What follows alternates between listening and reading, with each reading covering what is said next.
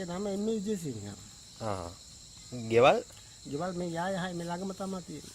මේ පුංචි කාලේ ඉඳන් මම මේක ඉගෙන ගත්තා. මොකද්ද මම මේ උපකරණේ? ජපන් මැඩ්ලින් එක. මේක අපරදේ මහත්තයත් මේක ළම ඉස්සලා පාවිච්චි කරලා තියෙනවා. එහෙමද? පුංචි කාලේ ඉඳලා මම ඉගෙන ගත්තා. නමුත් ඉතින් අවසානට වගේ මට මේක ඉගෙන ගන්න තරක් නැති තරමට තමයි මම අත හුරු වුණා.